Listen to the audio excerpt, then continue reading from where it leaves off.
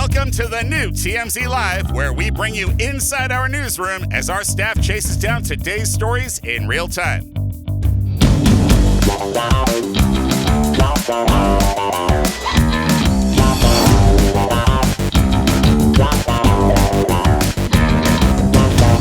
Welcome to TMZ Live.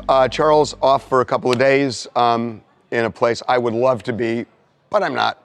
So we are going to start with Rahm Emanuel. Rahm Emanuel was Obama's former chief of staff. He was the mayor of Chicago. He was a congressman. He was ambassador to Japan. And he is a, I think, leading potential candidate in 2028 for the Democrats. He was on Megyn Kelly's podcast. And I have to tell you, a lot of these interviews are kind of standard fare. This was like a seismic moment, I think. A seismic moment where Megyn Kelly, and again, politics aside, she is undeniably a really skilled interviewer. And she decided to take Rahm Emanuel through the paces when it came to the transgender issue. And she broke it down item by item. And the last question just opens Pandora's box for the Democrats. So do you believe boys should be able to play in girls' sports? No. Do you believe that kids under the age of 18 should be able to be put on puberty blockers and then cross-sex hormones? I think parents have to make that decision themselves. I think that a child is too young at 18 to make that decision. It has to be made with a family and that choice. I think before somebody makes a life decision, they have to think twice about that. Should we be putting men in female prisons? Men claiming they're women? No. And, all right, here's my last one for you. Can a man become a woman? Can a man become a woman? No. Thank you. No. That's so easy. Why don't more people in your party just say that? Because I'm now going to go into a witness protection plan. It is a stunning break from what Democrats have talked about before, because Democrats have really embraced transgender rights. By the way, I don't think that he is saying that I'm against transgender rights. I think what he's saying, I think there's one qualifier here, but I think what he's saying is you have to treat everybody equally, and the transgender community should have the same rights as men or women, whichever way you land on that issue. But Sure. He is not singling out a transgender community, I think, as something that you would look at as a special class where you're trying to protect them. That's the only way I can understand this. I think that's right, but he is definitely taking the position that a person's biology, genetics, trumps their chosen gender in most walks of life. Now, it might not be bathrooms in federal buildings like the president has gone to, but for most walks of life. Well, there is something interesting about this. Look, to make this clear, I think what Rahm Emanuel is saying is Caitlyn Jenner is a man. That's right. That's right. He's saying men cannot become women. Men cannot become women. So he is saying, and that's just an example, Caitlyn Jenner is a man. Yes. The thing that, to me, is, we should say, that's not the conventional view among it's a Democrats. Full departure. I think he may be the only national Democrat who has taken this position that I'm aware of. Right? Everybody is, there are people on the women can be in sports. That seems to be the fringe of the party. I don't think a lot of people are saying that. But in terms of men can become women, that is orthodoxy in the Democratic Party. Yep. Yeah. And he's broken from orthodoxy. And he is a really smart guy. And he has ambition. And he must be calculating this. I mean, he must be calculating. There was worry in his voice about how it's going to land. I think he is sticking out of position. Politically, it's very smart. He made a joke at the end about witness protection. Right. But that's telling, right? I think he's saying, like, I know my party's going to come after me for this, but I'm staking out this position, this center position that I think might be the path I need. The thing that was really intriguing to me was, can a transgender woman, should she, if convicted of a crime, go to a men's prison, a transgender man? And he said no. I think he needs to rethink that, and not because of any politics, just because what do we think would happen to somebody who presents as a woman, who has lived their life as a woman, goes to an all-male prison? What happens to that person? We have to protect people from crimes in prison. And now I think there are some people on the far right who say, well, you choose. He was quick to say no. But he was very quick. But I wonder if pressed on that issue, if he would say, well, we need to put in some protection measures to stop that. That's really dangerous stuff. He goes on to say medically, yes, but beyond that, no. So I think he's saying, yeah, the body parts may align, but it's still a man. I think that's right. DJ, New York. I do believe that when it comes to this topic of talking about transgender and whether or not, I think separating the two genders when it comes to sports is important, just to make everything fair and making sure that everything is all good together. Because at the end of the day, men typically have the physical advantage usually over women when it comes to physical sports. So therefore, I think in that instance, I think the two genders should be separated, in my opinion. And I actually agree with Rahm. But that's a conventional view, that even Democrats say that that's the case. So that's true. But what about, can a man become a woman? Ultimately, what's on your birth certificate is what you are. And there's so much nuance to this topic, and I think it really depends on who you talk to. But overall, you know, it's touchy. It's touchy in 2025. So it is indeed. So Ozzy Osbourne's death is just a monumental moment in music, and it really played itself out last night. There were tributes to him, but I'm telling you, we can judge what the public thinks when we put something up on the website. When we put this story up, I mean, it was unlike most deaths that we report. You could feel the reaction from what we were seeing on the website and on our social platforms. It was enormous. So last night, two big performers really paid tribute to Ozzy. Is this Lady Gaga? Yeah. Okay, so watch this. So this is Lady Gaga wearing She looks so cool. doing Crazy Train, and the crowd is going insane.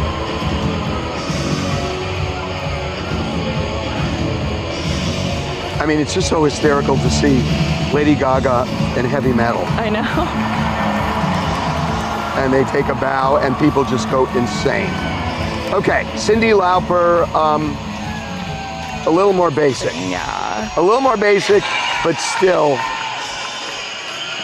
Not as high energy. listening to Crazy Train on her cell phone, and the audience is going crazy just because she's playing it. Anyway, Ozzy. So the reaction we're getting, by the way, Eric's Mr. Music here. He knows, he is literally a music savant. You know what I was thinking this morning? You know who Ozzy is a lot like, and you're gonna laugh? Dolly Parton. Because they are beloved by every generation, every political belief, every musical genre. Every musical genre. People love them. I don't think that was Gaga and Cyndi Lauper trying to hop on the Ozzy trend of his death, you know, being a big subject. I think they both genuinely love him. You told an amazing story in the morning meeting today about the bat. The bat, the thing that, to a lot of people, he's most famous for biting the head off of a bat on stage in Des Moines, Iowa in 1982. Right. And a lot of people thought it was a publicity stunt, that it was fake, or that, you know, they joked about it for years. As recently as 2022, Ozzy says, when I got the rabies shots, I wasn't smiling. He had to get rabies shots, he says, every night for the rest of that tour.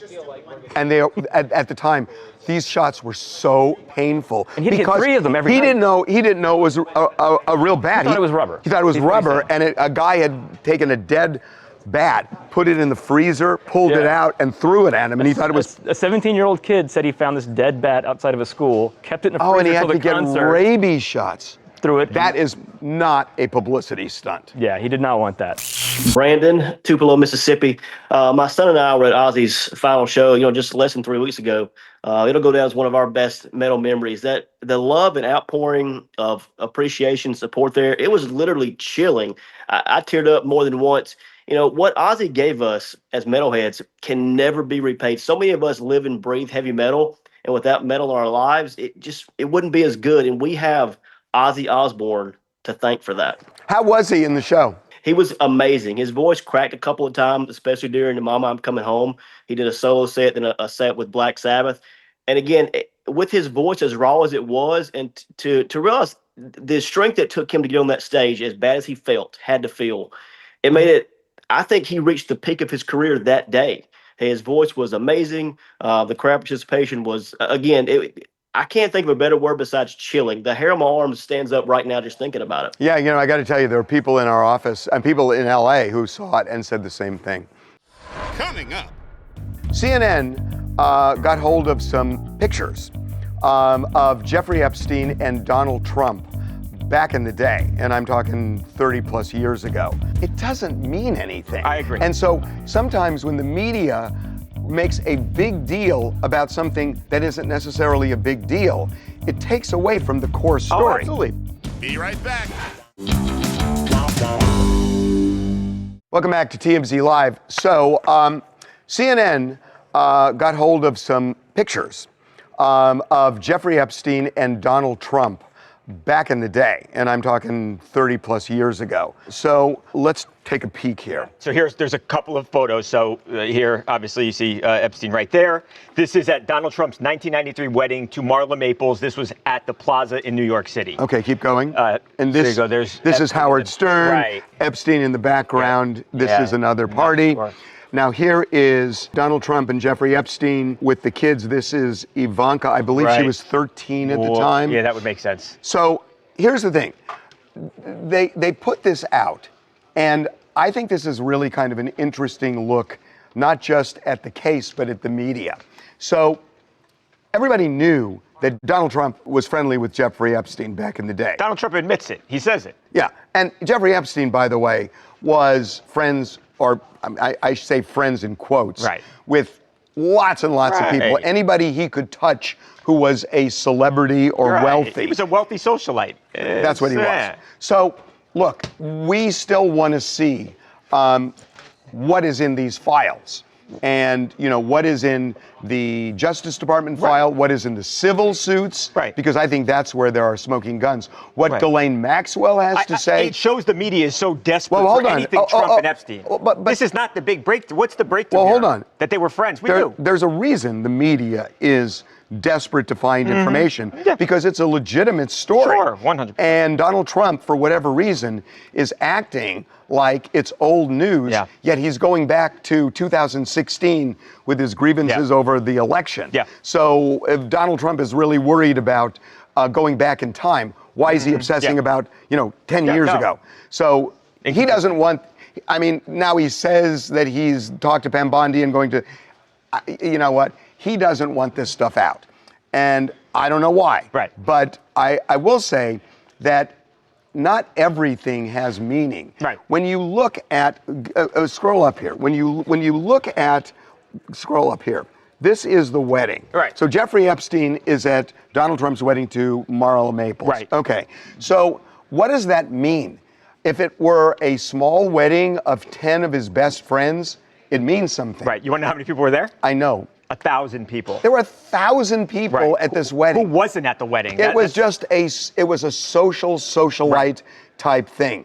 So to say, oh my God, he's there, there's less here than meets the eye. And, And it's 10 years, more than 10 years before anyone ever said Jeffrey Epstein, at least officially, did anything wrong. He's charged in mid-2000. This is 1993. Well, we don't know. And by the way, we still don't know what was happening in 1993. Sure. But yeah, so he's with him there. He's taking a picture, at another party. It doesn't mean anything. I agree. And so sometimes when the media makes a big deal about something that isn't necessarily a big deal, it takes away from the core story. Oh, absolutely. People are going to look at this and scoff and say this means nothing, and then they ignore maybe a big story that actually is substantial. And look, they could say, oh, TMZ is just grousing because they didn't get the pictures. And if you want to say that, that's fine. But, I just think that this is such an important story. And it's so important to know what happened here because, again, in the civil lawsuits, the judge was redacting names, two judges redacting names for some reason. I don't know why, but that's where the attention should be. And the attention should be, what do you need to do to get Ghislaine Maxwell to testify before Congress or talk to the Justice Department or do something, because she knows everything. But to just try to make a big deal about things that aren't, in some ways, I don't think does the story justice. Letitia in Dallas, bottom line, these guys were friends. They did things that friends do. They support each other. They go to weddings, whatever. But what we want to know is exactly how tight they were. That remains to be seen or read. Release the files. That's all we want to see. Let me ask you something. Do you think him going to a wedding with 1,000 people shows how tight they were? No, it does not, because the Bezos wedding, everybody was there. It was a social event. We just want to know how tight they were outside of what we saw. That is such a good point. I mean, the comparison to the Bezos wedding, that I don't know if they knew everybody who they invited. Wendy Williams may sue the people, in fact, not may, will sue the people who are responsible for putting her in this guardianship that has lasted more than 3 years. And I want to say right out of the gate, this guardianship is ridiculous. Wendy Williams should not be in a guardianship. I know Wendy Williams. I have spent hours talking to her. She is the same person she was 10 years ago when she was on TV. And yes, she had a battle with alcohol and was off the rails 3.5 years ago. But she's not off the rails anymore. She hasn't been off the rails for a long time, and she is stuck in what she is calling a luxury prison. So we got Wendy out with her lawyer, Joe Tacopina, and they were celebrating her birthday at Fresco by Scotto in New York City. So we got them coming out. I want you to hear what Joe had to say, because I know Joe, and Joe means business. What's next in trying to get her out of the guardianship? I know it's a very big question, but what's next is hopefully justice. I mean, it's been so long, and I'm not a guardianship attorney. I'm Wendy's personal attorney, but this process is really despicably slow. This is a person who is control of her faculties and is a great human being, and it sickens me, honestly. This is not even about a case for me. It's about a cause. And I'm going to do everything. I just had a birthday and I'm still in guardianship. If that doesn't say enough, I don't know what does. Now I have a question. Can we see a potential lawsuit down the line, given the way she was? Those who are responsible for her status, her basically incarceration, will be held accountable. There's no question about that. My goal right now, and the priority, is to get her back home. So, I got to say, he means business. I mean, Joe said, I'm going to sue. The question is, who's he going to sue? Is he going to sue the judge, which he can't do? No, he won't sue the judge, but everyone else is on the table. Wells Fargo, he thinks, may be behind it. He'll launch a full-scale investigation to see who's responsible, and he's the perfect lawyer for it, because the language he's using it's sickening, it's despicably slow. He's a bulldog, and that's what you need in this kind of fight, because it is a slow process. You don't just file motions and go away. You zealously advocate on behalf of your client, and you don't go away. That's the way to get her out. So what they have to do is go to the judge. And this judge, I'm telling you from everything I know, is going to say, I'm not letting her out of the guardianship. This judge literally looked at Wendy Williams once in court and said, you had a great career, but your career is over. It's over. That's a despicable comment. That's not a so judicial outrageous. temperament. That is so outrageous. First of all, she's wrong. You're wrong, judge. It's not over. And Wendy Williams has a career when she gets out of this thing. Hi from New York. I really wish they could start suing this guardianship now, because it's been over a year and a half. We've seen Wendy out and about. She's well put together. She's well spoken. She's out to dinner. She works out every day. What is the reasoning to continue to keep her in the guardianship? She wants to be able to control her money. She's been in a sound mind minimum a year and a half. So they really need to get her out of there. They need to start suing now if they can. It's a really slow process. By the way, she does not even know how much money she has left. I mean, they are keeping that from her. So I think this guardianship is an outrage. Coming up. So we broke a story yesterday on TMZ Live that Eric Menendez is out of prison being treated for kidney stones. After we put this story up, the governor's office are considering, we're told, giving Eric Menendez some sort of medical furlough. I am stunned he could seriously get out this week because of kidney stones. Be right back. TMZ's got every freaking thing. Big celebs, big stories, big events. Justin Timberlake made Portland kids' dream come true by joining a bike bus ride. And they always listen to Justin Timberlake. Cry me a river when they fall. It's TMZ. So we broke a story yesterday on TMZ Live that Eric Menendez is out of prison in a nearby hospital being treated for kidney stones. And it's really interesting because an hour after we put this story up, the governor's office somehow got wind of it. And they are considering, we're told, we don't know whether they're rejecting it or not, they are considering giving Eric Menendez some sort of medical furlough where he wouldn't have to go back to prison because of these kidney stones, possibly until his parole hearing in a month, where the parole board is going to decide whether releasing him and his brother Lyle would be appropriate. It will then go to the governor's desk. I am all but certain Newsom is going to grant them clemency. I am stunned that he could seriously get out this week because of kidney stones. I mean, it sounds like, to me, that's a very big step, considering the fact that he's been in prison for this long. 35 years. Yeah. And if Newsom takes that step, I mean, to release him. Well, then it's over. It's clear. If he does this, there is no doubt he's going to let them out. The question is, why would he do this? I didn't know initially when we were interviewing Mark Garagos, their lawyer. I didn't know it was kidney stones, and he said it was serious. So he's being hospitalized for it, and he's in fair condition. That's what we're being told by the prison. So he's in fair condition.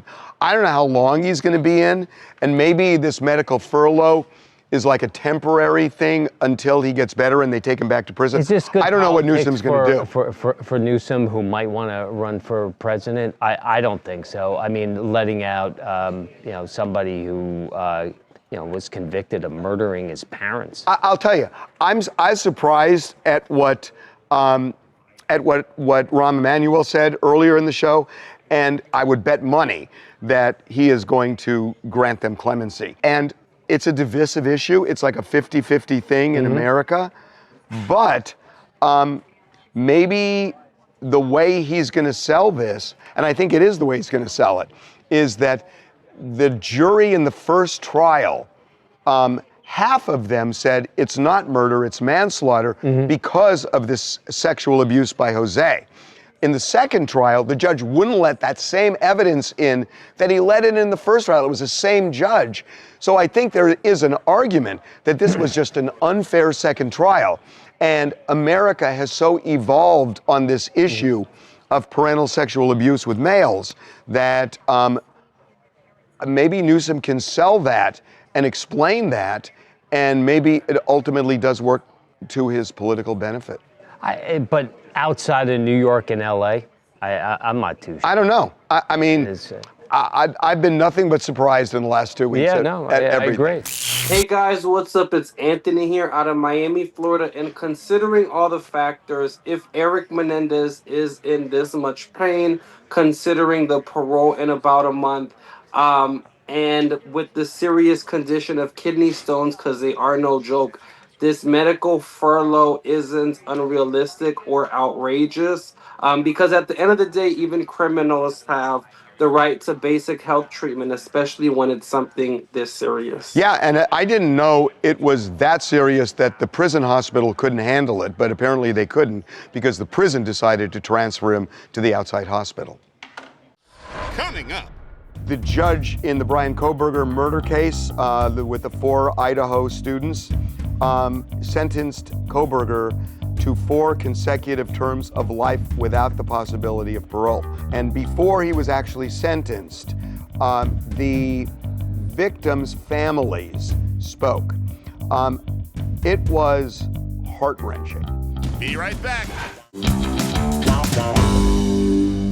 Well, it was not unexpected. The judge in the Bryan Kohberger murder case with the 4 Idaho students sentenced Kohberger to 4 consecutive terms of life without the possibility of parole.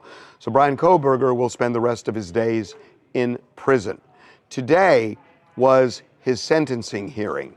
And before he was actually sentenced, the victims' families spoke. It was heart-wrenching. And one of the victims, kind of a different victim here, it's actually a survivor, Dylan Mortensen. She was the person who was in that house when she saw the bushy eyebrows of the murderer, who we now know as Bryan Kohberger.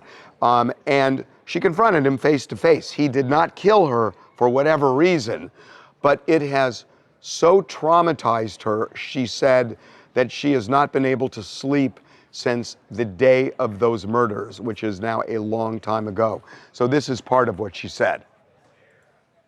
I had to sleep in my mom's bed because I was too terrified to close my eyes. Terrified that if I blinked, someone might be there.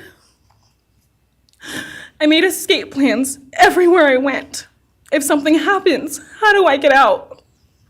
What can I use to defend myself? Who can help? And then there are the panic attacks. The kind that slam into me like a tsunami out of nowhere. I can't breathe. I can't think.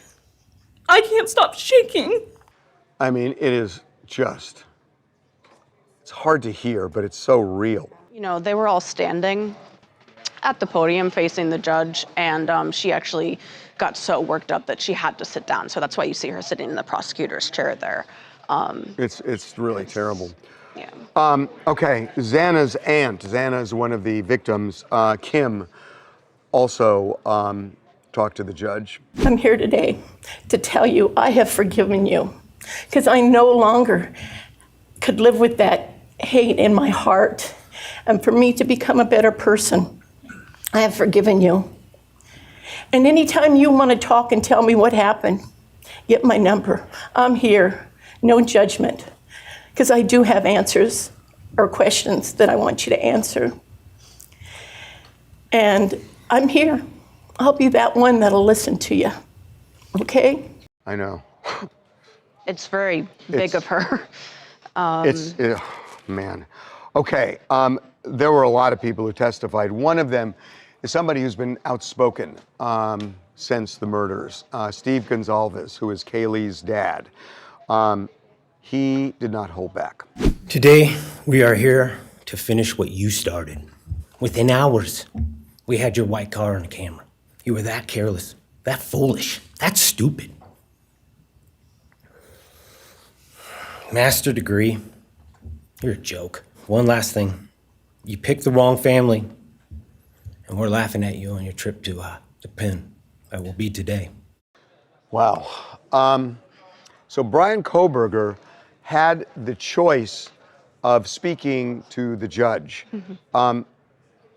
It really would have done no good no matter what he would say. And forgetting about the heinousness of what he did, in his plea bargain, he agreed to this sentence. Right. And agreed to forego any appeal. So no matter what he said, this was the sentence he was going to get. So the question was, would he make a statement, not so much to try and beg for mercy, but sometimes they make statements to almost thumb their nose, right, or to say something knowing it is kind of their last stand, never to be heard again. Yeah, or even like Donald Trump recently called for him to like explain, even give a little bit of something of why he did this. So I think some people were hoping he would say something like that. They did say in the sentencing that I wanted to ask you about, they said, you know, there's no appeal, but he does have the option to have a letter of appeal. What's the difference between those two things? Functionally, he cannot change this. Oh, okay. He has waived all of his rights. Right. And they made that really, really clear Yeah. during the hearing where the judge took the plea. So Bryan Kohberger will be spending the rest of his life in prison, but you can hear the residue of what happened is probably going to last a lifetime for everybody you just heard. Hi, my name is Trinity Mitchell, and I am from Fort Worth, Texas. This is such a controversial plea deal because the public has been so involved and invested in this case.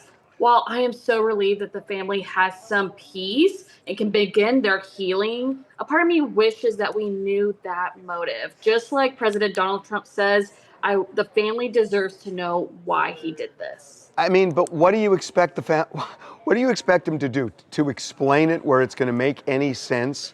I mean, what could he possibly say that is going to satisfy anybody when he walks in a house and slaughters 4 strangers? I mean, what could he possibly say? He could just tell them like his motive just so the family can begin their peace and begin their healing.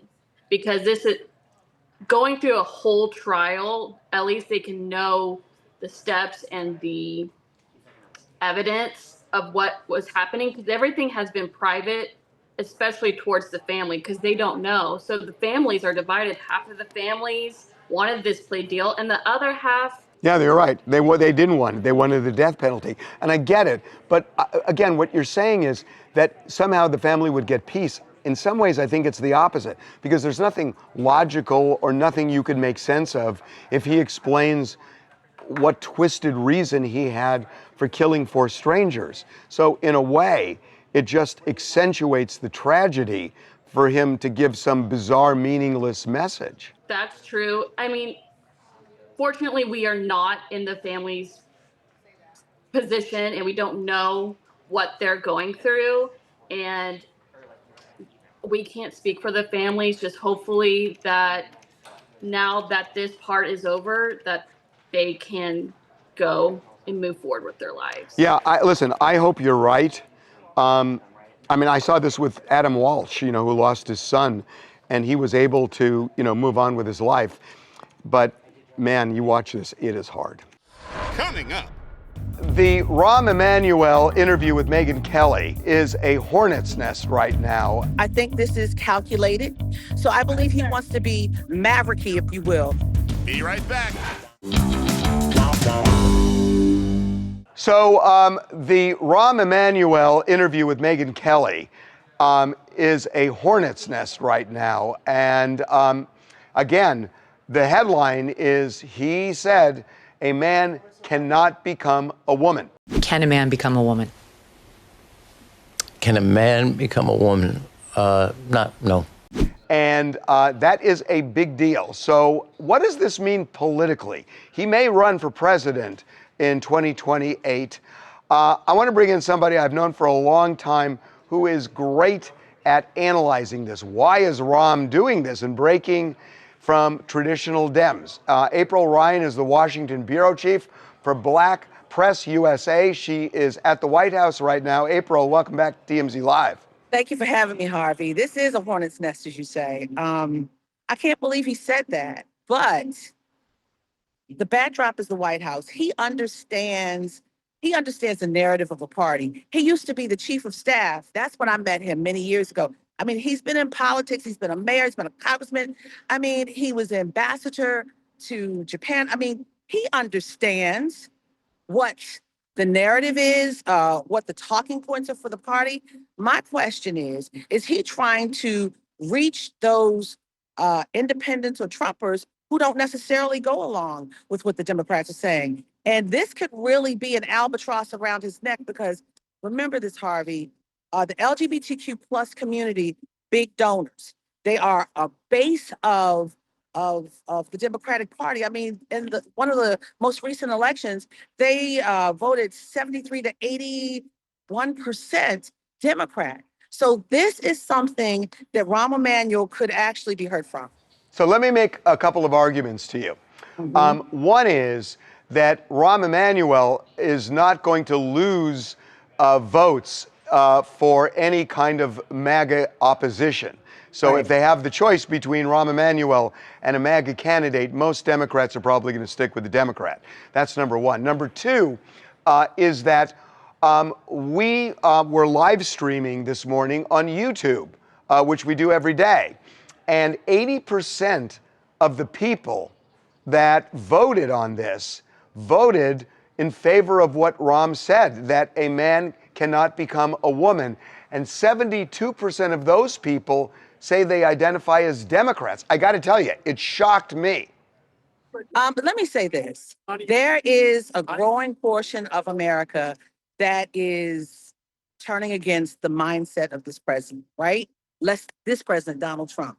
And this, what Rahm said goes along with what Donald Trump says. It's totally against what the Democrats have put forward as part of their narrative when it comes to family, what family looks like. Donald Trump wants family to be man and a woman. The Democrats are saying love is love. And think about this. You have LGBTQ plus communities and PACs that are pushing for LGBTQ plus, openly LGBTQ plus people on Capitol Hill. And also look at this, you have Sarah McBride from Delaware. What does this say? What does this say when the Democratic Party and its base is pushing for this? And now you have openly spoken presidential contender potentially saying this. It's the Democratic Party is already fractured. This could bring more of a fracture if Rahm becomes one of the lead contenders. Well, he didn't say that marriage is between a man and a woman or love is between a man and a woman. He didn't say that, no. But he was asked by Megyn Kelly, can a man be a woman? He said no. Was it a Freudian slip, or is this actually what he's doing to go? It wasn't. It was not a Freudian slip. He repeated the question and answered it. So, look, he was the chief of staff to President Obama in that West Wing behind you, and he is a smart guy. So what is in his head? Because he knows how to calculate politics. What is in his head that has taken him to that? So let me tell you this. Rahm has always been that guy who cusses, speaks off the cuff. This one, what I believe, I think this is calculated. He is trying to appeal to the other side that's discontented with this president, who may not always like what's happening in the Democratic Party. So I believe he wants to be mavericky, if you will, taking the phrase from Sarah Palin. But at this point, we have to see how the chips fall. If the polling comes out and there are disgruntled Republicans that like what he's saying, if Democrats are standing with him or they're pulling away, I don't know, but I tell you this. There is going to be a family conversation in the Democratic Party from this. This is serious. This is not just something, Rahm Emanuel said this. Rahm Emanuel is a big leader, a big name in the Democratic Party. Yep. Okay, April, love having you on. Thank you, Harvey. And I love the camera angle where we see the executive office building and the West Wing. So let me tell you this. I have never done this before, but only for you. I put my phone, this is an iPhone, guys. I put my iPhone on, and I got the greatest holder. I put my iPhone on the fence. I'm on the fence. I'm teetering on the fence. Okay. Dino De Laurentiis, April, thank you so much. We'll see you soon. Bye-bye. Coming up. CBS canceled The Late Show entirely. We got Judge Judy out, and she had a very strong opinion, does not align with the coincidence theory. Be right back.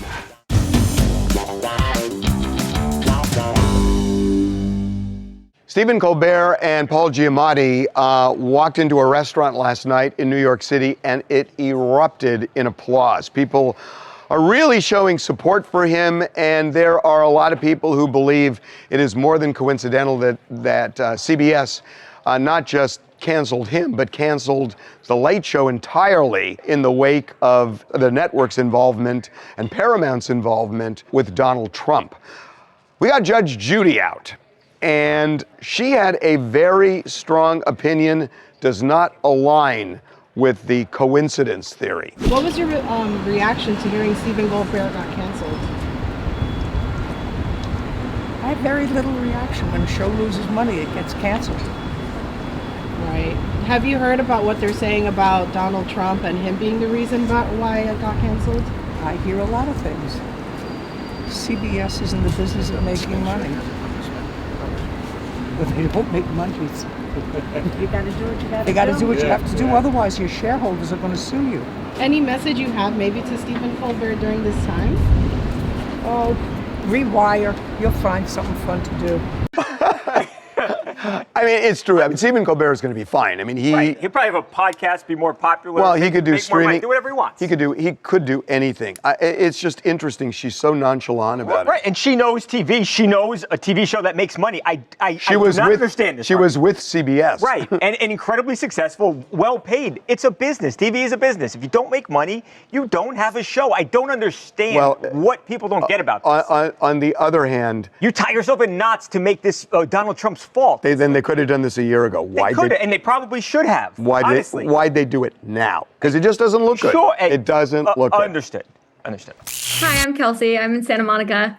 I think this is less about that and more about a reflection of where we are culturally. Because to cancel Colbert after he makes a comment on Paramount's $16 million settlement with Trump is, I think, more about a reflection of free speech and where the networks are standing on it. And then to have all the other late night show hosts show up this week on his behalf as well, to be like, what are you going to do, cancel all of us? I think is a commentary in and of itself. By the way, the question, what are you going to do, cancel all of us? The jury is out on that right now. What else you guys want to talk about? Patrick Ingram from Atlanta, Georgia. I'm commenting on the Menendez story. Honestly, this makes me a little uneasy, right? Eric getting furloughed because of kidney stones. I mean, this is not, we're talking about a terminal illness. We're talking about kidney stones, right? Let's soda more water, right? Spoken like a man who never had a kidney stone pass. Okay, one more.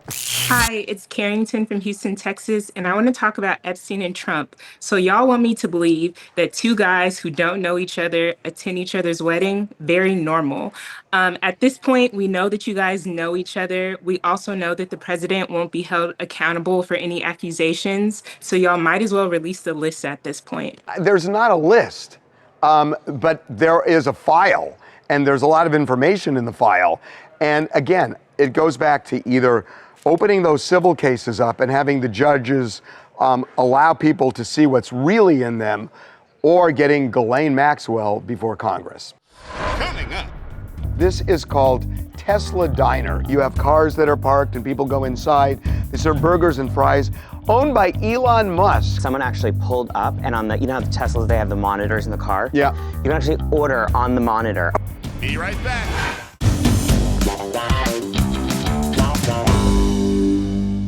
So I got to show you this. This is called Tesla Diner. It is in Hollywood on Santa Monica Boulevard. It's a diner that looks like, I don't know if you have Ed DeBevick's where you live, but it's like a classic diner where you have cars that are parked and people go inside. They serve burgers and fries, owned by Elon Musk. And the only way that you can drive up to it is if you have an electric vehicle. So this is actually really smart. Elon Musk is having his woes with Tesla these days, and it's just an interesting, non-political way to kind of sell your brand. I saw something interesting the other day on social media. Someone actually pulled up, and on the, you know how the Teslas, they have the monitors in the car? Yeah. You can actually order on the monitor. Oh, you're kidding? Apparently not. Did they bring all it out to Teslas. you? So even if you're parked on like the exterior outside the parking lot, they'll bring it out to you. That's 'cause really they're making smart. money off the food. Really smart. Okay, we'll see you tomorrow.